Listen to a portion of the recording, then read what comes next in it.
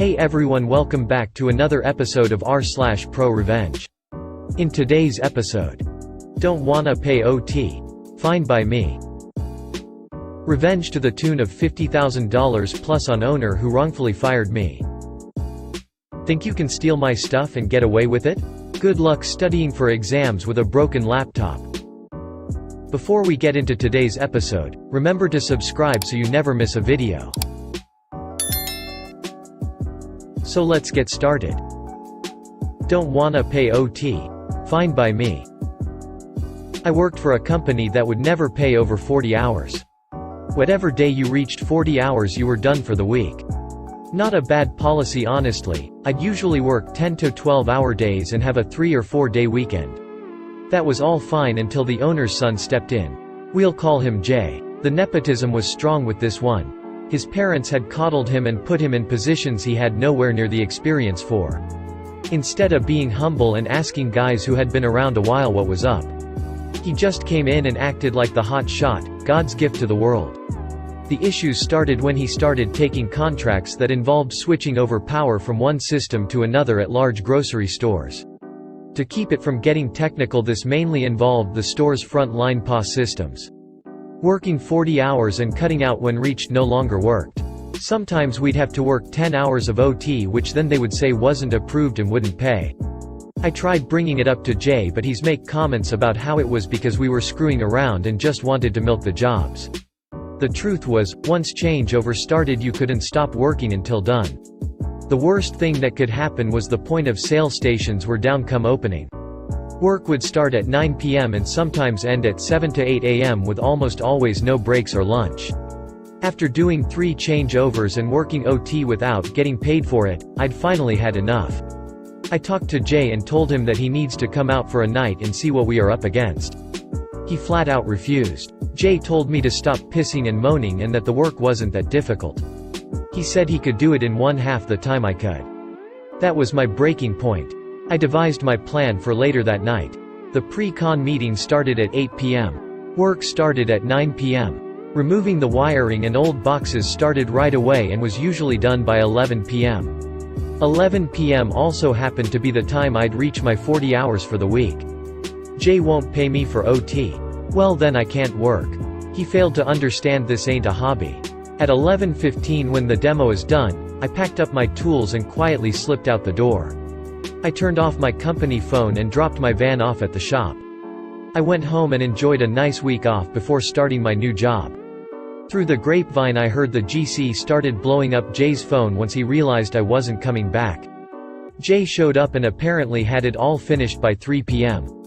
Unfortunately for Jay, the contract stated any delays on the POS station would incur back charges to the company to pay for lost sales. In the end, I got a new job and a raise. The company had to pay $12,000 in lost revenue to the store. They lost the contract and Jay got to eat shit for about 12 hours. May not be the best story, but it's mine. Think you can steal my stuff and get away with it?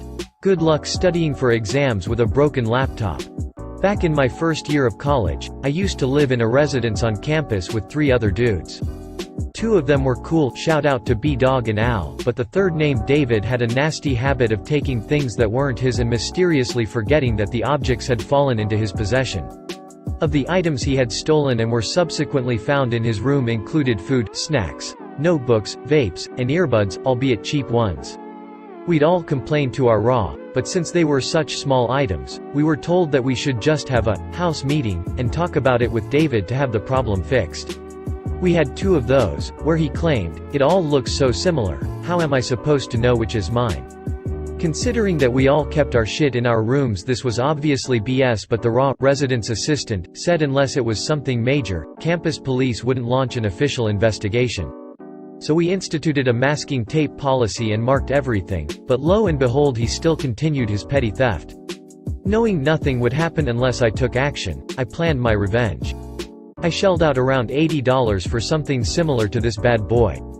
It was a USB device that once plugged into an unsecured USB port, fried the computer by building a charge and dispersing it into the port, pretty much destroying the CPU among other parts. Now obviously I wasn't going to plant this anywhere, but I had to make it seem like this was a tool and not some sort of setup. So I'd rope B-Dog and Al in on my plan and installed this software called Device Lock, which protects USB ports from being used without express permission from the user on all of our devices, also just in case the asshole tried to plug it into our laptops. I even went as far as taping my name to this silicon time bomb. With them roped in, the last thing to do was wait and see if David had learned his lesson. It took all of 3 days, but expectedly David did not learn his lesson. I was at the library when this happened, but David had decided that this sexy USB would be the perfect addition to his collection of stolen wares, so he went into my room and took it. Big mistake. I got a Snapchat from B-Dog that David was going postal and I needed to get back ASAP.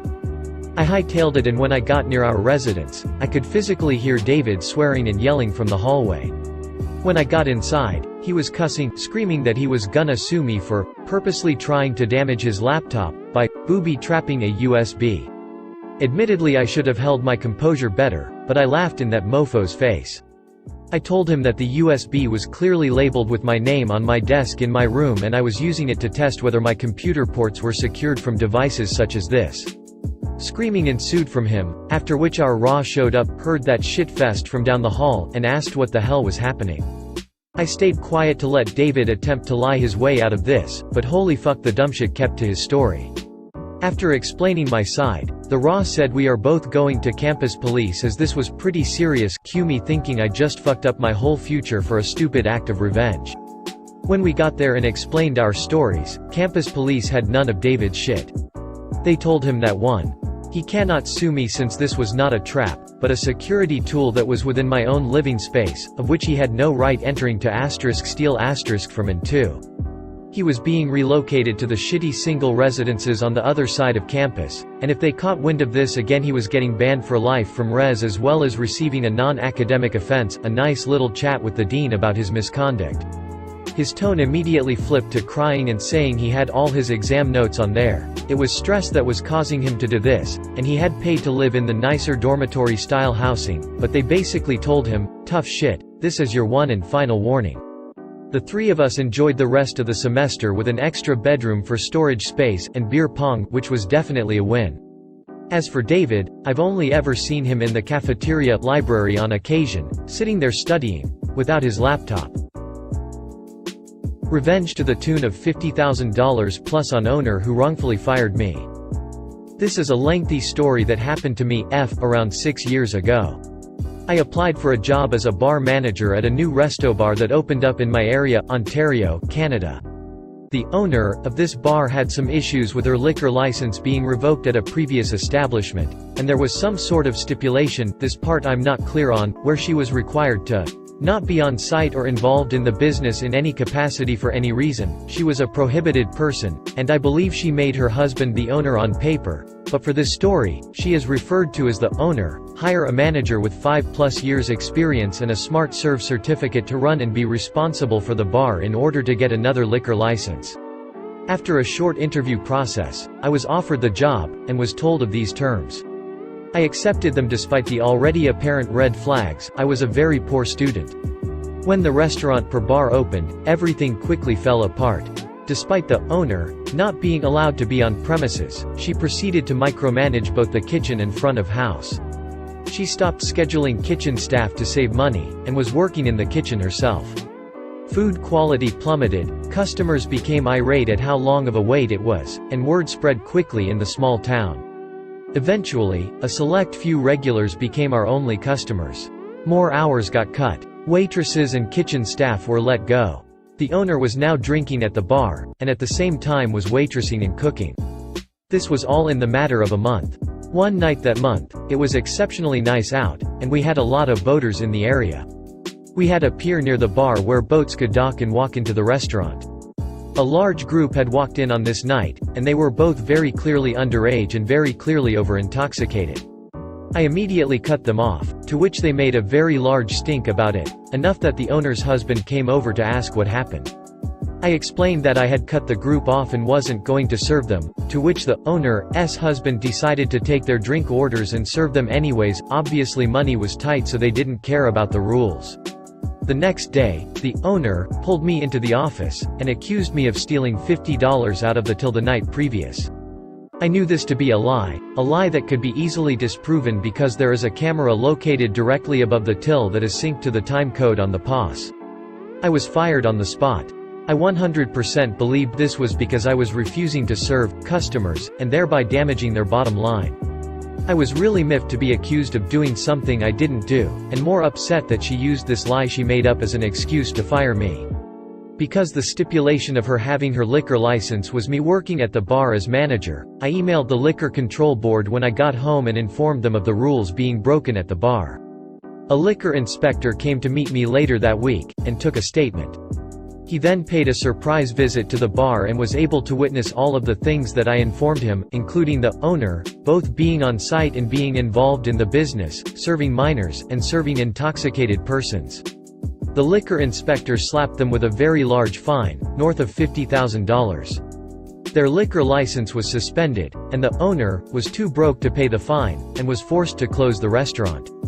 I received death threats from her for a while after that, but the revenge was absolutely worth it. If you made it to the end of the video, thanks for watching. Remember to subscribe and we'll see you in the next video.